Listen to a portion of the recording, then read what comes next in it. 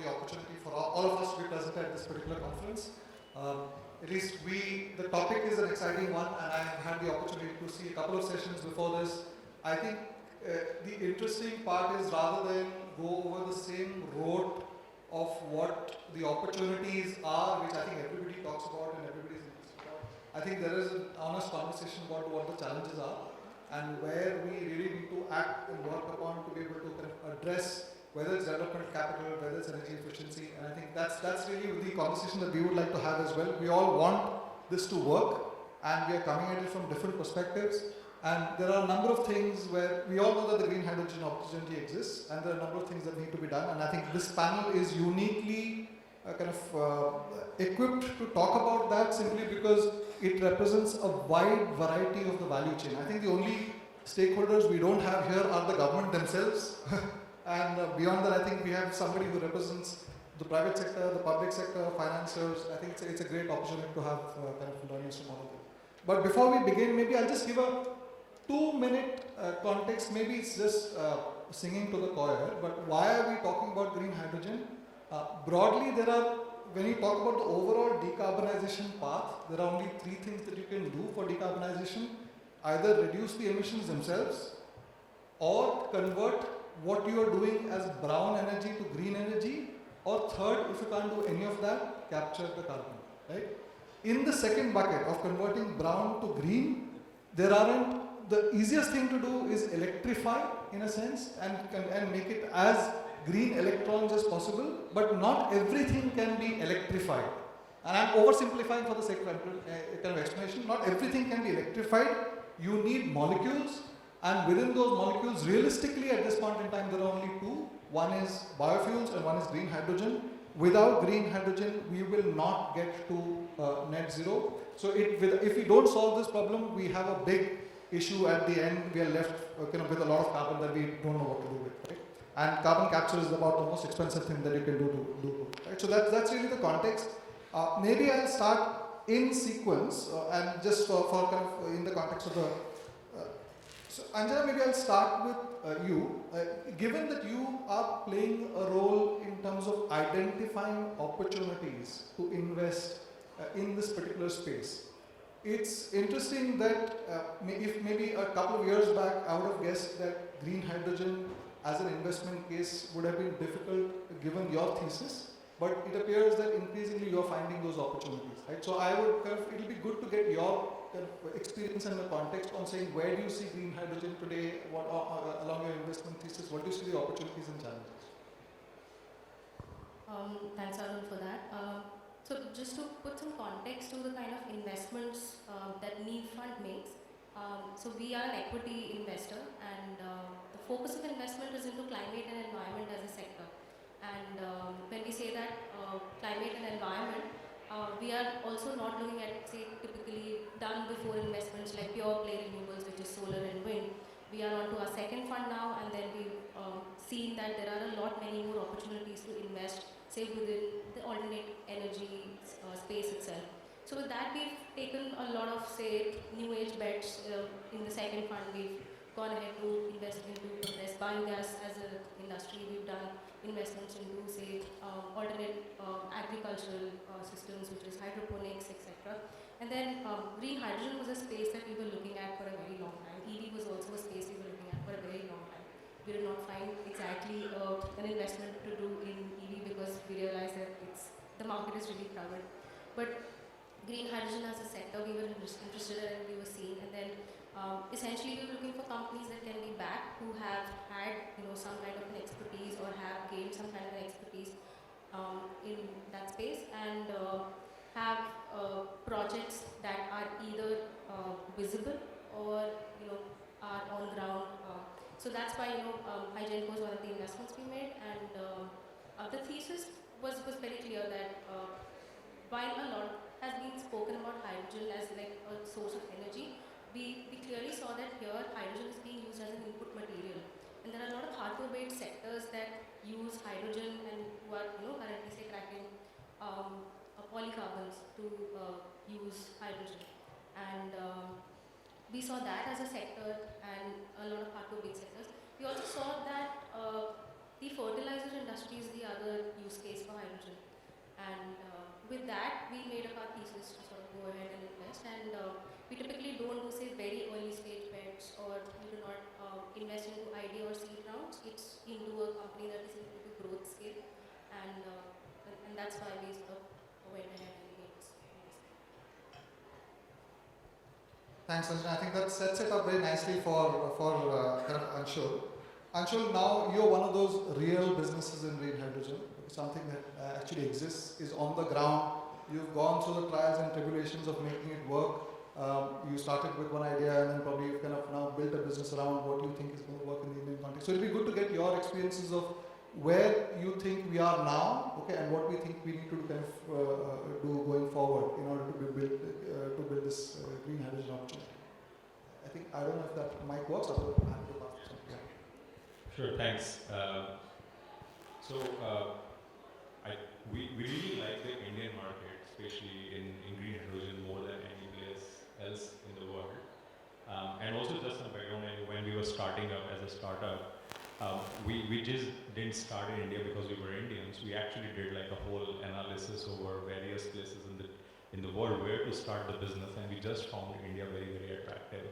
And what makes us like India so much is that it's quite a unique combination of a very large domestic demand, a pretty good renewable resource, low cost of labor, and intent of the government to make it work.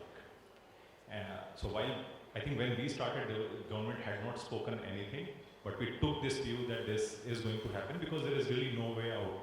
If net zero has to be achieved, if Paris climate goals have to be achieved, we have to do it. It's only a question of when, not a question of if, and then all the hype got created on green hydrogens. In India, what we see is we are at a point where we are really at the explosive inflection point right now.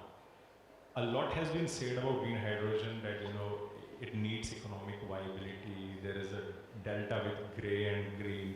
What we are actually finding in the market, that the bulk of this is simply consulting reports. And having been a consultant myself in my previous life, I have written some of those reports. So I now understand what should I have not done back then. And apologies, I think you are also from a consulting firm. So I think what we find that the delta between grey and green is many times actually negative. In India, the green is cheaper than grey, and sometimes it is at par. And even if the delta exists in most applications, it is so small that we are hardly like maybe a couple of years away from even covering up that delta. So we think that the Indian market in a couple of years from time will explode, literally explode, attracting billions and billions of dollars into this sector. And today we happen to be one of the very few players who are actually constructing. We are today the only player who is constructing and providing green hydrogen on the ground. But yeah, with this explosion that is about to come in a couple of years, we see that there will be lots and lots of players trying to do the same. Thanks a lot for that context, Anshul. I'm a consultant. I know how to take a slap on the face. That's not a problem. Anyway, moving on, Sumesh, having heard this perspective on India and the opportunities that are emerging, now we have real organizations, real assets on the ground. Is that working? Okay.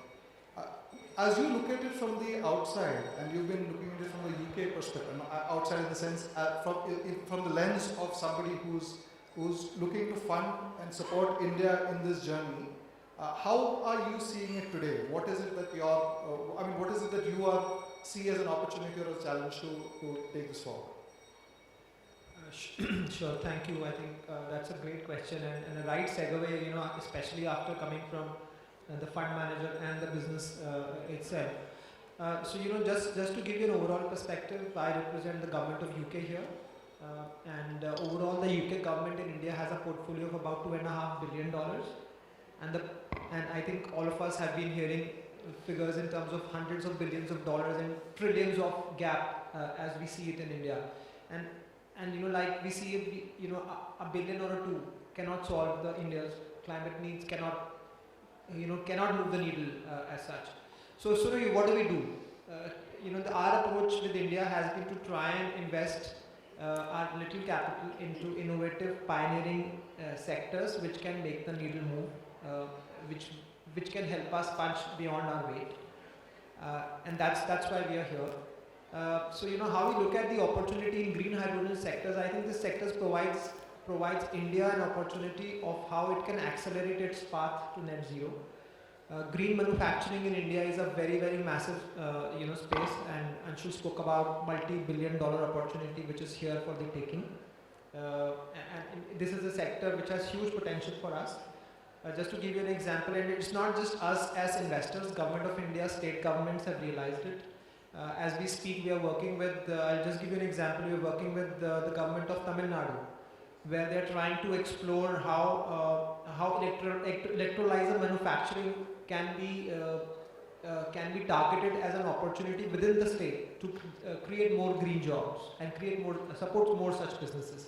So I think as we move along, I'll talk about more that we are trying to do and trying to tap into this sector, which has huge potential for India's journey to net zero. Perfect. Thanks, Umesh. One of the challenges that the green hydrogen value chain has, and which is what makes it slightly more difficult to handle than a typical molecule, is that it is in its raw form, it's extremely light. Transporting hydrogen is not very easy. People have got used to it, but converted to ammonia, it becomes that much easier, and there's much more experience in doing it as well. This is one of those kind of most critical elements of the value chain that needs to be addressed. And I think, Milind, you've been working on this. You've built out now you've built out a business around this as well. As you look at plugging this critical element of the value chain, how are you seeing kind of the Indian kind of context? Do you see sufficient opportunity here? Is the market ready to kind of work towards the challenges needed? Are you seeing sufficient opportunity? Thanks. You started off with an analogy about electrons versus molecules, right? And when it comes to electricity, you have generation, transmission, distribution. Similarly, when you are looking at molecules-based model and the value chain, you have upstream, midstream, and downstream. Midstream is essentially storage and transportation, which is where you come in. And molecules can get transported. Molecules can get transported in different forms. As far as hydrogen value chain is concerned, typically you would see that if you just look at the existing hydrogen industry, you have hydrogen getting produced on-site for one of the largest applications being refining, desulfurization, where hydrogen gets produced locally and gets consumed locally. You don't really move it around. The second large application is manufacture of ammonia, which again is the second most used chemical globally and has a wide variety of applications, and that is something that is in a lot of cases produced locally or on-site, but there is about 10-15% of global ammonia production that gets traded all over the world, and there is a fair amount of intercontinental trade that happens, and for which an existing infrastructure has been there for a long time. But as one looks at a new green hydrogen-based value chain, it will require creation of an entirely new supply chain, and therefore creation of new set of capacities to enable this trade to happen. Again, inside a country or within countries or within continents. Coming back to what you said, Government of India has set a target of 5 million ton of hydrogen production, green hydrogen production by 2030. Let's say that date gets extended by a few years also. A fair amount of that is going to get converted into ammonia, as has been set out even in that policy or in that policy target, roughly about 60 to 70%. Some of it will get used locally, a large amount of it will get exported, and that will again entail creation of storage and transportation infrastructure. A lot of these capacities will come out at ports, and therefore you will have port-based infrastructure getting set up. And for capacities which have to be served inland, there will be a need for transportation, which could be pipeline-based or by road or by rail, depending on the volumes involved. So As far as current market is concerned, there is already a large amount of import of ammonia that happens in our country. If we just look at substitution of that, there is an opportunity to build a new supply chain just for that trade, because one doesn't know where the new capacity is going to come up. When one looks at an export-based trade, which is being talked about, then that also will require creation of new capacity. So, and there are at least 5 or 6 players that we are engaged with right now who are seriously working on creating these capacities. The only missing piece in the puzzle is offtake, some of which is being looked at in terms of local consumption through mandates. And Europe and Far East are anyway looking at it in a very, very serious manner. So, a combination of mandates plus incentivization is what is likely to result in creation of that demand. And India is very, very well placed to actually supply into those markets. That's a great insight, and I think at least from the sense that we're getting of the global amount of green hydrogen that will actually be consumed, at least there's an expectation that at least a quarter of it will be traded across. And there's no way to kind of deal with a quarter being traded across without the logistics infrastructure in place, right? Okay. Thanks for that insight. Surbhi, as from your perspective on the World Bank, I mean, when you look at this as an organization, you look at this globally as well, I'm assuming, right? And within that, India plays one piece of the puzzle. And I know, at least while we were speaking earlier, that you are already, there's a fair amount of commitment that you're already bringing to the table for India's decarbonization through some of these, through funding from the World Bank, etc. So as you see India's role in kind of global decarbonization as well as what you think India needs as support, what are the primary kind of challenges and opportunities that you see?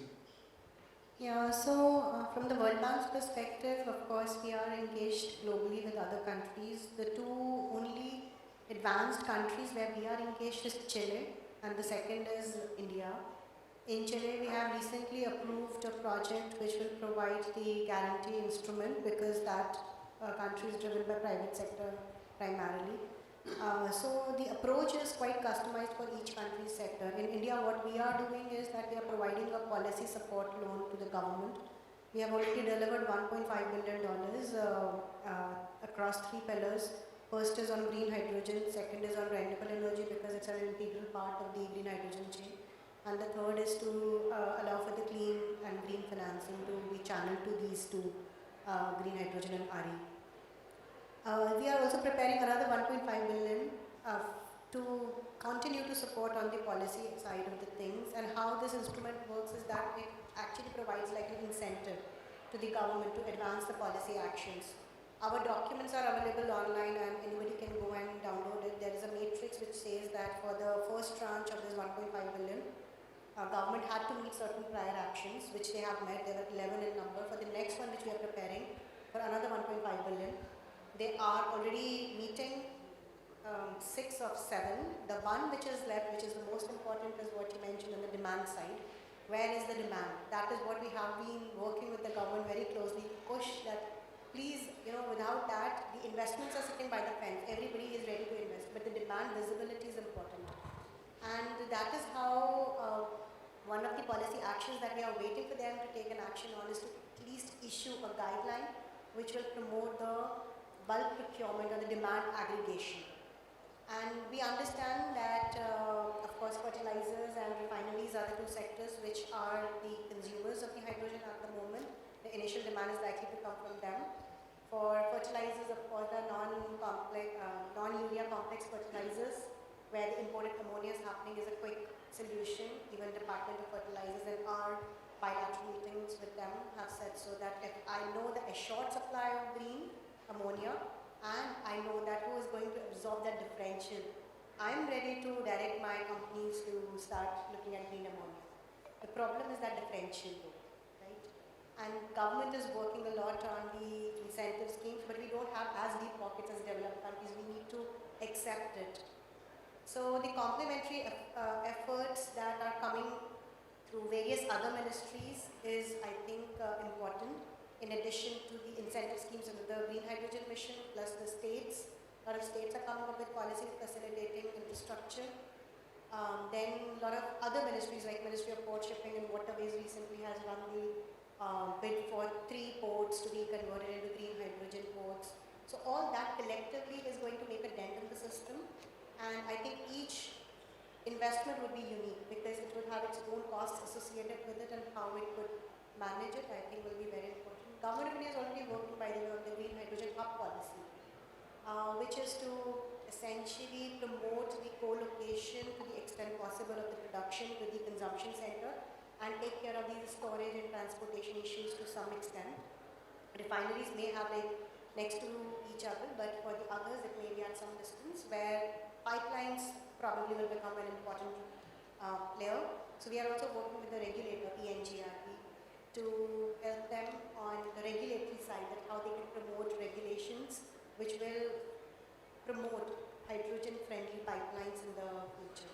So a lot of working pieces are there, and I must commend the speed with Government of India. They are working. Whatever we put on the table, the draft is ready, already under consultations with various ministers. Like, how can we help you? We will seek your help. The financing is what you need to bring up. So this is quite heartening to me. We are ahead. That's great to hear. I think that's a really positive kind of view on how we can expect more things to happen very quickly. Vivek, I think nobody needs introduction to the Adani Group, but given your role and since you head strategy, it'll be good to get a sense of how you see green hydrogen as part of the portfolio, and also get a perspective on saying how far do you see it as being, because we've already had a couple of kind of different perspectives on are we close, are we far, okay, and how far do you see it becoming a significant part of your portfolio? Thanks. First of all, let me just step back and just tell a little more. I know people are aware, but we are a very interesting group that way. We are one of the leading thermal generator private sector. We are already largest RE player, and we inspired to be 45 gigawatt by 2030. Certainly will be the largest RE player. We have right now 4 gigawatt solar manufacturing in place, which is cell to module, wherever we are doing it. We will be 10 gigawatt in next 1 or 2 years best on the manufacturing side. We have a pipeline of PSP, battery storage, since the prices are still high, but PSP is certainly a good solution. So we have a very strong pipeline, on ground construction happening on PSP. We also are one of our energy consumers ourselves.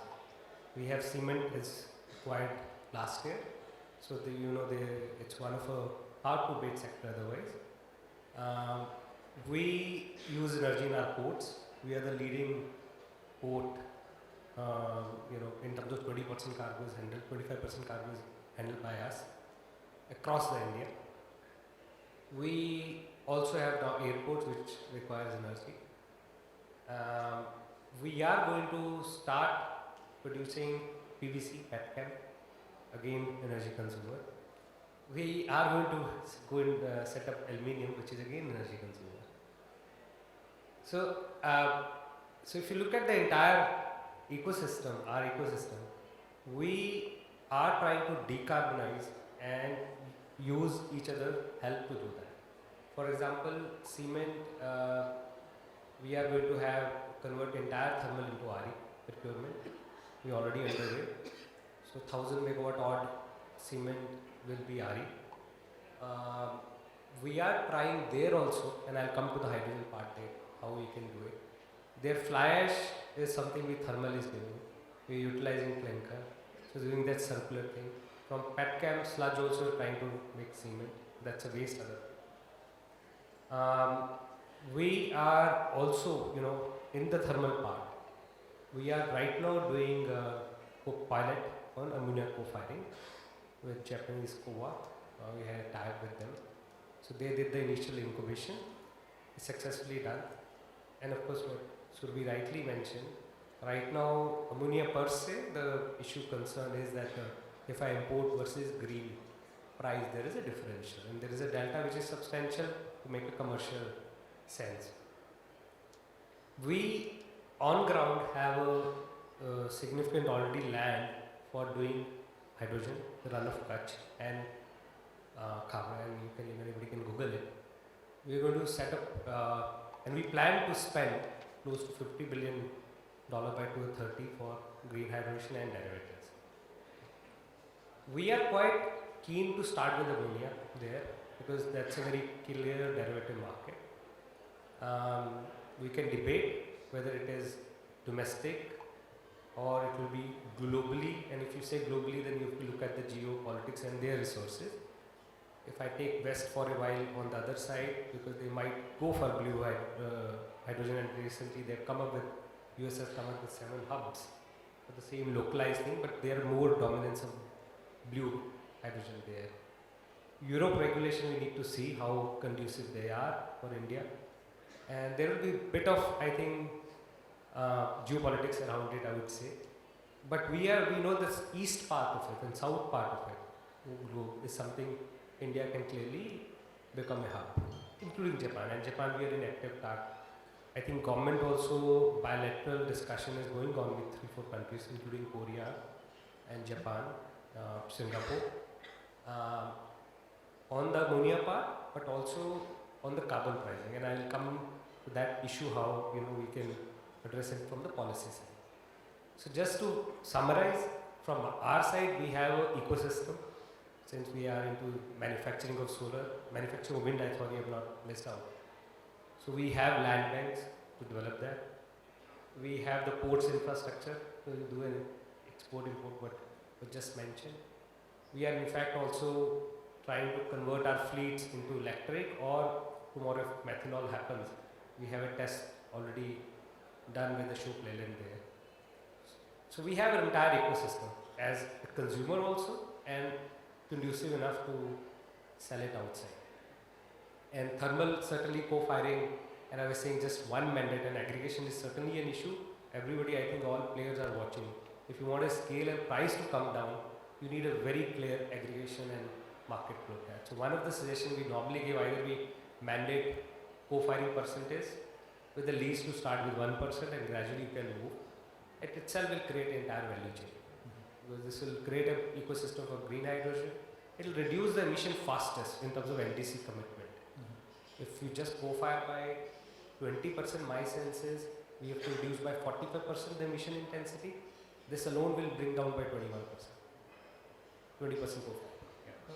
Thanks, Vivek. I think that's really interesting. It touches upon a lot of topics, and I think there are many things for rich discussions within this panel. Maybe I'll start with one of the most critical questions on everybody's mind, which is that, see, India is one of those countries, we all know this, that once something is commercially viable, it just takes off. Right? I mean, there is no, and you just need for that kind of commercial viability to be reached, and then there is no stopping the market in terms of its adoption, it's the way it takes off. There is a certain set of initiatives that's already been kind of put in place by the government, largely supply side kind of initiatives, whether it is on kind of electrolyzer manufacturing or whether it is on green hydrogen kind of subsidies or incentives. At least the broad sense seems to be that we are still not there yet in terms of viability, and I think it will be good to get a sense, and I see a variance in how far away from viability we are. So it will be good to get a sense from each of you on the group on saying, what is your sense of the distance to viability and what do you think needs to be done to kind of enable? So I'm only talking about the commercial part of it right now. There's execution, implementation, lots of other issues that need to be sorted. But maybe it will be good to get a sense of each. And maybe I want to start with you because yours was the most kind of, at least the sense that I got was it was the closest to saying, yes, we are there, nearly there. It just maybe needs a few things. And then go around the table beyond that as well. Anshul, sorry. Yeah, I think we cannot generalize the fact that everything is commercially viable or everything is not commercially viable. There are always parts of the market that is commercially viable and part that is not. So we believe that India has those parts which are commercially viable and some that are becoming commercially viable. So what, as I said also previously, what we see is, so for example, we have done few of the long-term offtake. In fact, we are the only ones in the country to have executed not one but multiple long-term offtake contracts of green hydrogen. And in all those contracts, we were almost at the grey hydrogen or below grey hydrogen. So in many segments we actually found that green hydrogen was cheaper than grey hydrogen. So that difference was actually negative. So, and that is why these are commercial projects. We have equity flowing in, we have debt flowing in from commercial banks. In fact, we were the first ones in the country to successfully close FID with and project finance in green hydrogen. We already got disbursements and everything where, so even the bankers are not finding it a myth anymore. But it doesn't mean that everything is commercially viable. Some things is, something is becoming. The idea is to do whatever is commercially viable to accelerate and to bring what is not commercially viable today to commercial viability, which in my opinion, we are hardly 1.5 to 2 years away. And in my opinion, in a couple of years, everything will be commercially viable in green hydrogen, and that's why there will be like an explosion in this sector.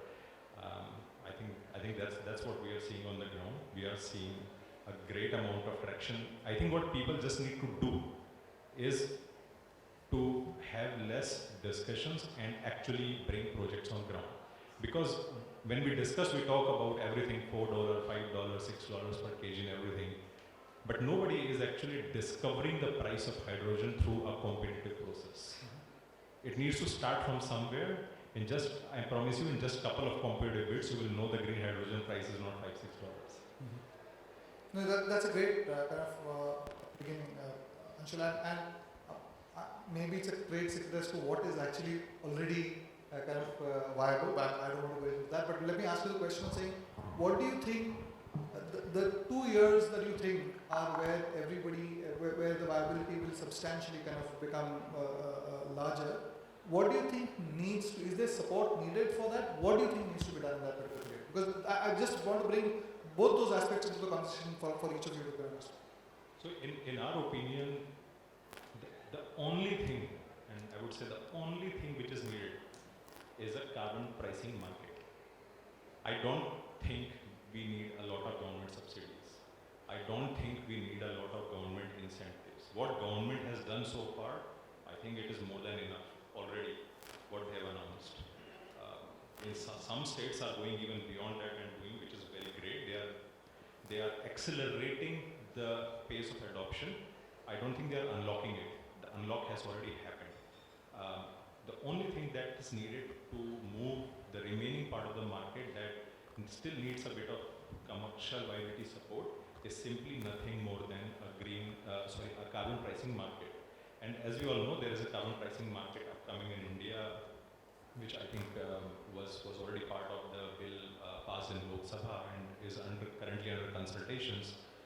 As soon as this market comes and maybe we even achieve something like maybe $10, $20 per ton of CO2 kind of carbon price, which compared to Europe is very, very low, I think it will unlock the entire rest of the market. The only challenge is today we find it very, very hard to monetize the carbon saving because there is no established carbon pricing market in India. I don't think anything else is needed. Perfect. Maybe I'll just go around and get each of your. If you want to go next, please go ahead. I think I'll just second what Anshul mentioned. See, if you are looking at, it will be application specific. If you are looking at diesel replacement, so you don't need to apply a mind, it will be viable. But yes, if you are looking at, say, substituting ammonia right now, today's price, answer will be no. Similarly, what he said, I think I agree, and we were doing some work on that carbon pricing will be critical. Say today, if it is $340 ammonia price, and I don't want to numbers, so throw a number because there is right, there people are saying, somebody is saying $3, and then convert it into ammonia, they'll say 600, 500, 700, whatever. But yes, if we have a carbon pricing of Europe, we will be almost home. And that is right now 150 up to. We are not there. So that's the gap I think indirectly we are talking about. If I have to, if my buyer, and that's what we are trying to say, or the underwriter, or somebody can do a credit enhancement on that, or give some cover on carbon prices for 10 years view, and based on that do financing, will be a big kicker. We all know that people are ready to pay the premium. Japanese are ready to pay the premium. But the carbon pricing, or they take it as a green, that's a debate on table. Paris Agreement 6.2, where there is a bilateral thing, they are discussing with these countries. Now, good signal will be if we are able to get a price consideration on carbon pricing. How much they are going to give premium, you call it carbon pricing for that. Clearly, on a continuous basis, you can't compete grey against. Yes, during the Ukraine peak, it went up to 700, 750, but historically it is around 350 ammonia, 400 maybe. Now, as you're rightly saying, I think different markets around the world are already pricing this differently because of their local regulations as well. So when you have something like a CBAM in place, when you have various other things in place, things become viable kind of automatically. Yes, especially if you're looking at the scale. If you want a scale like talking of ammonia, you're talking of refinery, I'd still say there is some degree of process internal. But especially ammonia, if you place, you need a commercial viability there. Whether it comes through carbon pricing, or the other thought was that if we just we are giving PLI scheme and we're spending around 19,000 or so there. In place of that, we give that PLI for the input price of that hour, with the condition of this much of ammonia has to be delivered. Could be one thought to look. Yeah. So maybe that's a logical segue to those who are probably working closest with the government, because we had a lot of conversation that will come to Anjana later.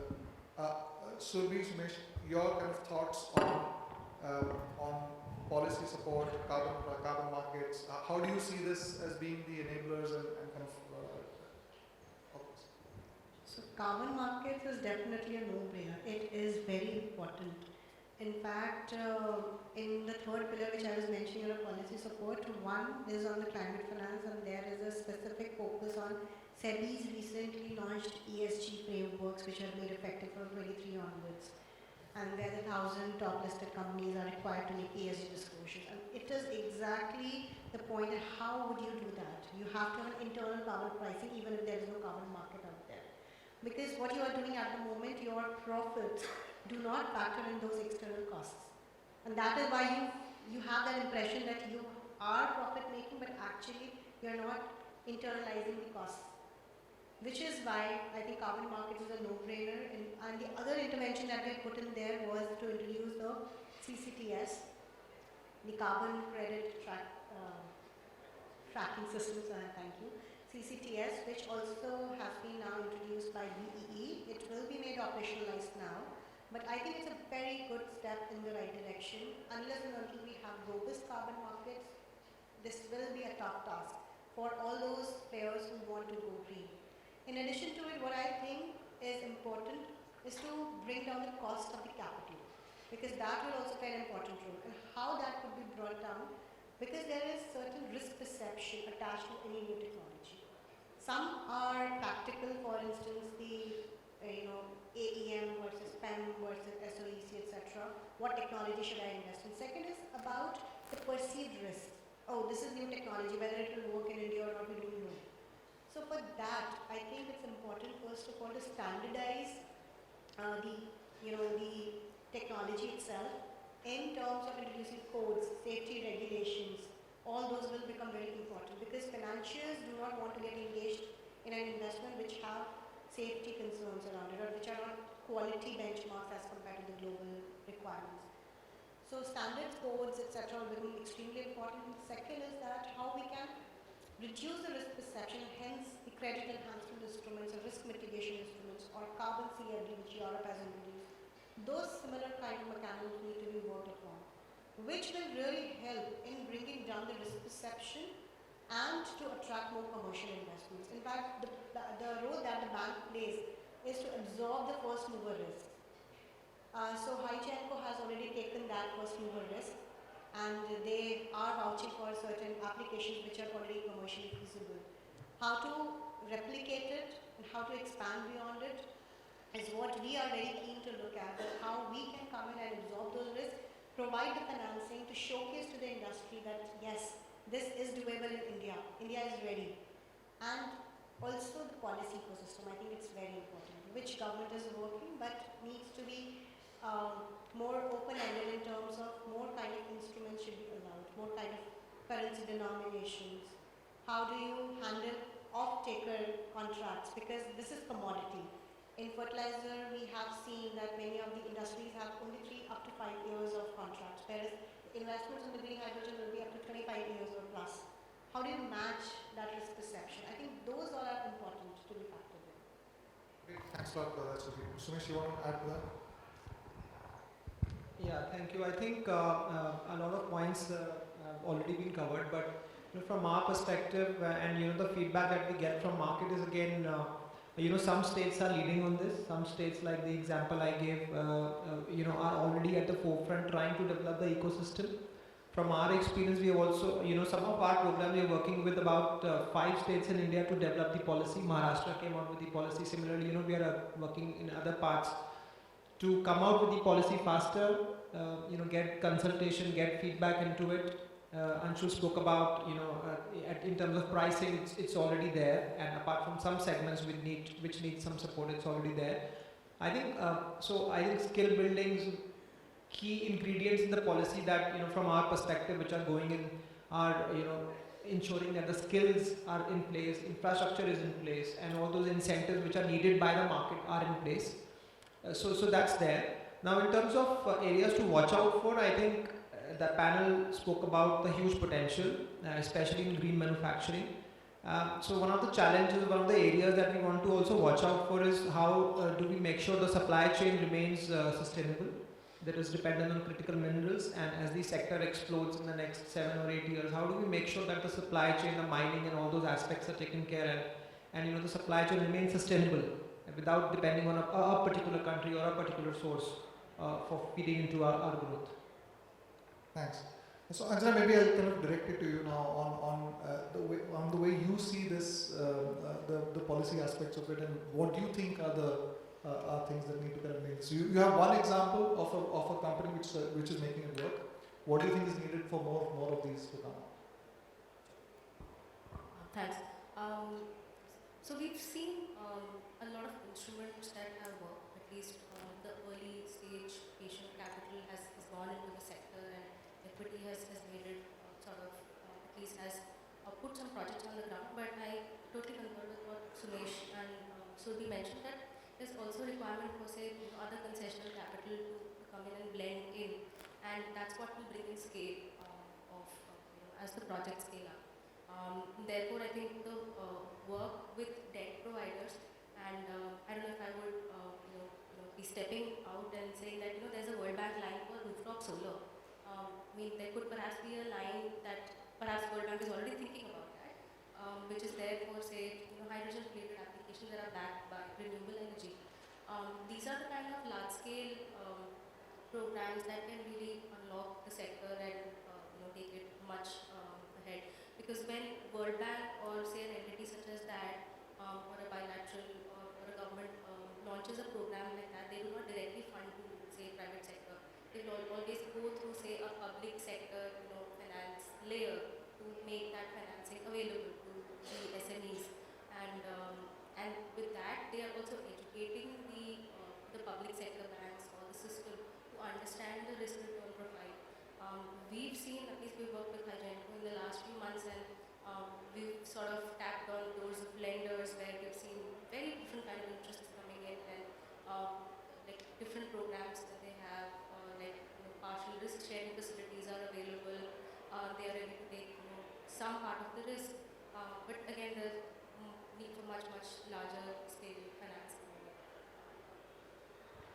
Thanks a lot. Milind, I want to kind of turn this question for you in 2 different parts. One is, of course, at the sectoral level, what you think is needed from a policy. The other is, you work in a very specific aspect of the chain, and are the needs different, or will they suffice? Do you need to, this part of the value chain needs to be looked at differently? Does it need different kind of?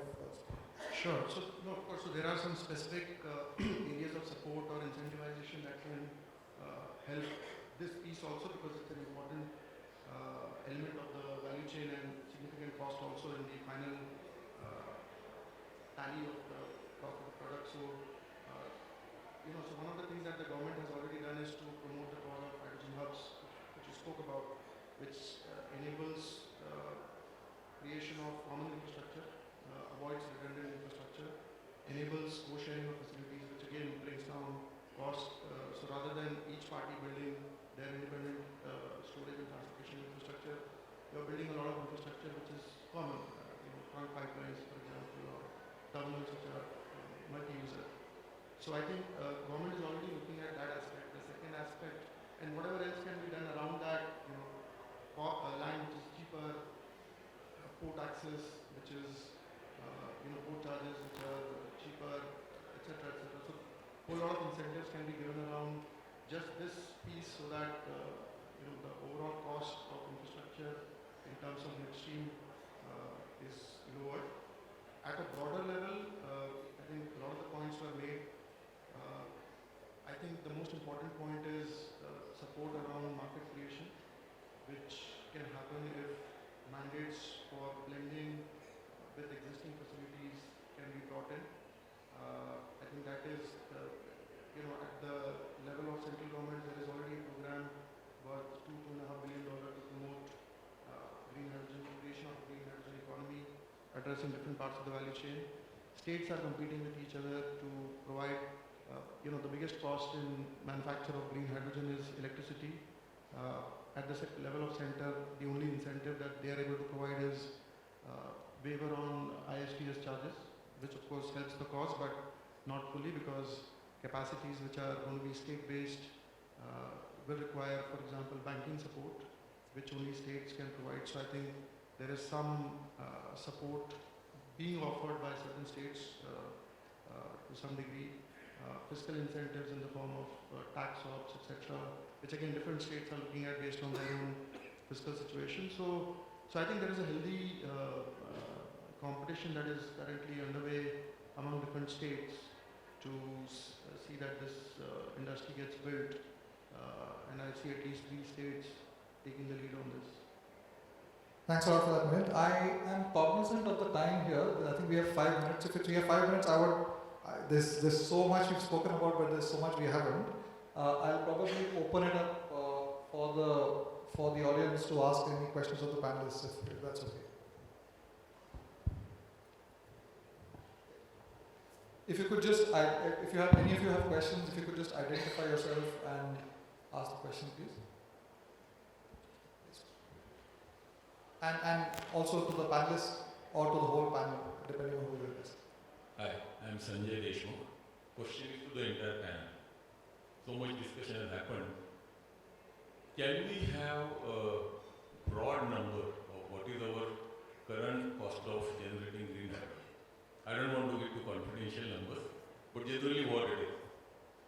Maybe I can tell you the answer. It's a case-by-case basis. I don't want from you. I'll just leave it open to the... In fact, I would like Anshul to answer that. Please go ahead, Anshul. I would say, look, people think that hydrogen is a commodity. Just like power, power is an electron, flows into the grid. What electron comes to you don't know where it's gray. It's just like bank, cash in, cash out. So money goes in, money goes out. So it's a financial accounting. But when you're using green hydrogen, you actually know which molecule came from where and why.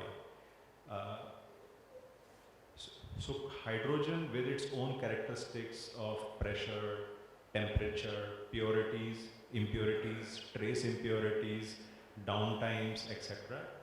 We have so far found in the market that hydrogen is not so much a commodity. Contrary to what people think, it is actually a solution.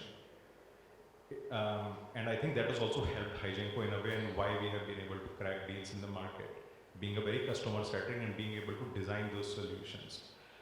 So I don't think there is one particular price of hydrogen.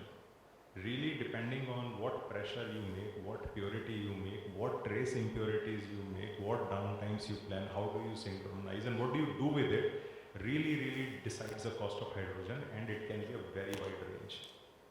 Yes. Sorry to not answer your question directly, but that's all I can answer.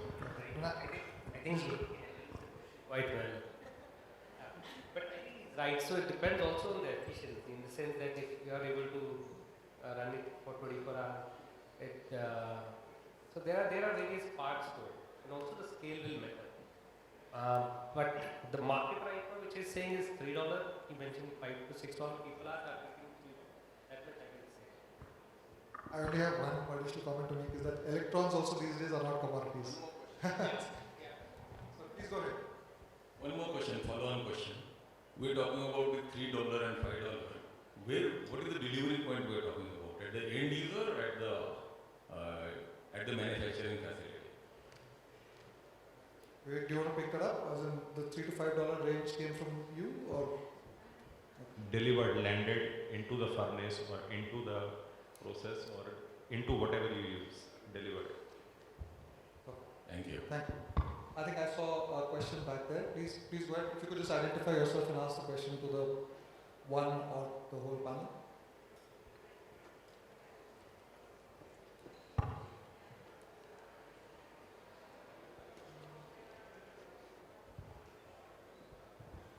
Thank you. Starting Sharma, my question is really about how are we looking at the unintended consequences? India is a very water-scarce country. Green hydrogen uses a lot of water. One estimate I saw was up to 25% of the remaining groundwater. So how are we locating plants so that that is not an issue, or is there other things that are being done in terms of the business planning so that it's, water is, used water is being purified and used for the hydrogen making processes, or are there other risk mitigations being taken by the companies looking at hydrogen molecules? I think it's a very valid question, and therefore even when you talk of price, it matters. Especially if you're looking at a scale. If you're doing small project with this limited size, water might not be an issue. But as in our thinking, we already have a plan for we already have one decel plant. We're going to have another desalination plant. And most of these investments are in the coastline. So, and I think the other big players, which are two big other players who are looking at it, they're also thinking in the same direction. But yes, everything comes with a cost. Yeah. Please go ahead. Yeah. I think if you actually calculate how much water do you need, let's say even to target India's entire mission of 5 MMTP until 2030, you will find that as a quantum of water, that's not really much. That is less than 1 day of use of the New Delhi Metro Corporation, the domestic use, to basically run the entire country. However, where you get that water from and at what point of time is very, very important.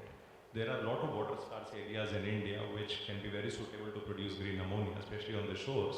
So while the quantum water may not be that much, but it's very important to source it responsibly. And the good thing about hydrogen is that, if you carefully process engineer it, there are ways to make it water efficient. So one innovation that we have done in our hydrogen plants, that we have become a net producer of water. So we are now taking in whatever water we get, sewage water, dirty water, doesn't matter, and using, let's say, the heat mass balance, or I'm not going to the engineering much, but we are able to generate water more than we can use in the hydrogen plant. We can actually supply water to the communities. So while yes, you need a lot of water, but you can also treat a lot of water using the hydrogen plant's heat mass balance. From the World Bank, we have also done a geospatial mapping of various layers, including on the demand and supply side. And when we talk about supply side, the water scarcity and all those areas where you have forest or reserve forest or biodiversity related issues, land use, land cover, everything has been superimposed on each other to identify that which hydrogen hubs look more promising. We are working very closely with Government of India to make it an open source data platform so that all the stakeholders can take an advantage of it. At least it will help in rejecting certain sites which may not be the early movers for the investments on the green hydrogen side. In addition, we are also working on understanding better the desalination of the water, how the disposal of brine etc. is happening in the current plants across the country, and to see that how it could be applied in a larger manner and can be ingrained while making an investment decision on the green hydrogen side. So all these discussions are underway as we are speaking. There are GIS tool, the geospatial tool is ready with us, ready to deploy. We are just waiting for the green signal from the government. Thanks. I think our time's up, but maybe we can support one last question if anybody has one. Please go ahead. I just wanted to ask, what are the risks associated with handling hydrogen? Because considering it is a very flammable component in its elemental stage, one. And second, are there any wastes which are contributed by this hydrogen? Considering that we usually talk about EVs coming in, not essentially from the hydrogen point of view, but just stepping back, EVs, basically we are shifting to EVs, but the inherent electricity which is coming up from the fossil fuels. So is the use of hydrogen contributing or is circular in nature in the circular economy? So these are the two questions that I wanted to know. Yeah, no, sure. So I'll answer the first one, which is about the the risks associated with handling of hydrogen. So typically you will see, as I mentioned earlier, the production and use of hydrogen are typically co-located. So you're not really moving hydrogen over long distances because of the characteristics that you mentioned, which is very light, so very difficult to handle unless it's piped over a long distance. And of course, pipe transport of hydrogen is a very proven technology. You just need to make sure that the specs of the pipe are right, so that the issue of embrittlement, which is caused by hydrogen, doesn't happen. And of course, you need multiple compression stations along the route to keep the pressure correct, so that hydrogen moves smoothly. The most commonly used method of moving about hydrogen over distances is ammonia. And ammonia again is something which has been getting handled for over 50 years in terms of ship movement, in terms of handling at terminals, in terms of movement by pipeline. There are long distance pipelines in both the US and Russia which handle ammonia over long distances. And also truck movement, which is very, very prevalent in India. With ammonia, it's toxic, so that is the only worry that you need to, that's the only concern that you need to address, so that there's no leakage. Otherwise, not too difficult to handle. I think the second question was on the residual impact of producing hydrogen. Is there any kind of waste? No, EV versus hydrogen.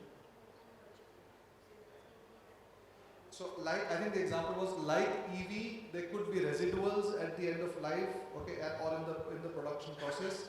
Is that a concern in hydrogen? Is there anything to be worried about? Is the question. Did I understand that right? Okay. So I don't know what's the life of. No, I don't think there is a waste. Yeah, so unlike lithium-ion batteries, or where it's made up of certain chemical element, and then you want to recycle it or properly dispose it, electrolyzers or whatever are simply made of metals or one form or another. It's some kind of steel plus nickel plus something else, and all of this is very reusable. At the end of the life, you just separate it, put in new electrodes, repaint it, bake it, and it becomes fresh new again. So, with electrolyzers, we don't see that kind of problem. Of course, the energy is coming from wind and solar, etc. So all the recycling issues that may exist with solar and wind as such will still exist, but because they are solar and wind. But within the hydrogen plant, it is largely metals. All the metal is very easily recyclable. Okay. Thank you. I think with that we'll. Is the panel going to take one more question? Okay, please go ahead. Maybe this is the last one. Gotcha.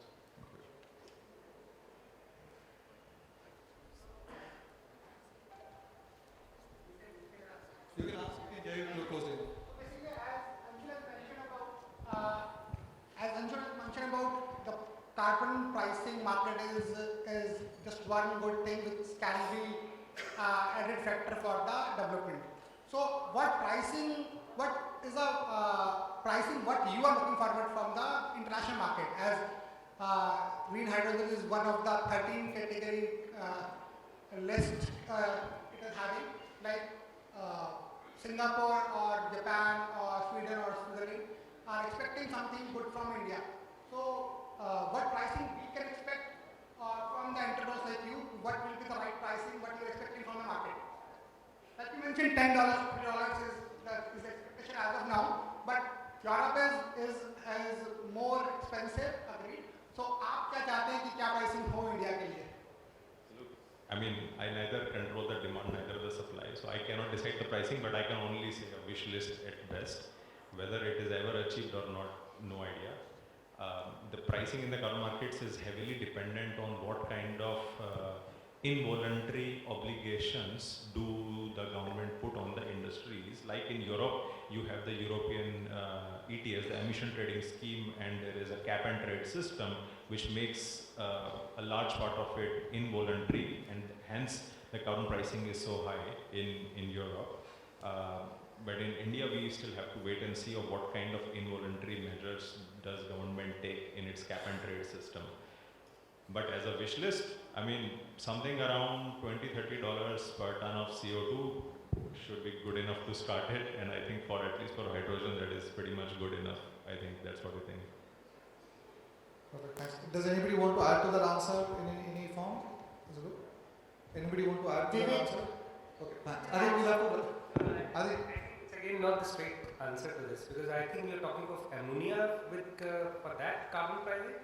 The market price right now in Europe is $150.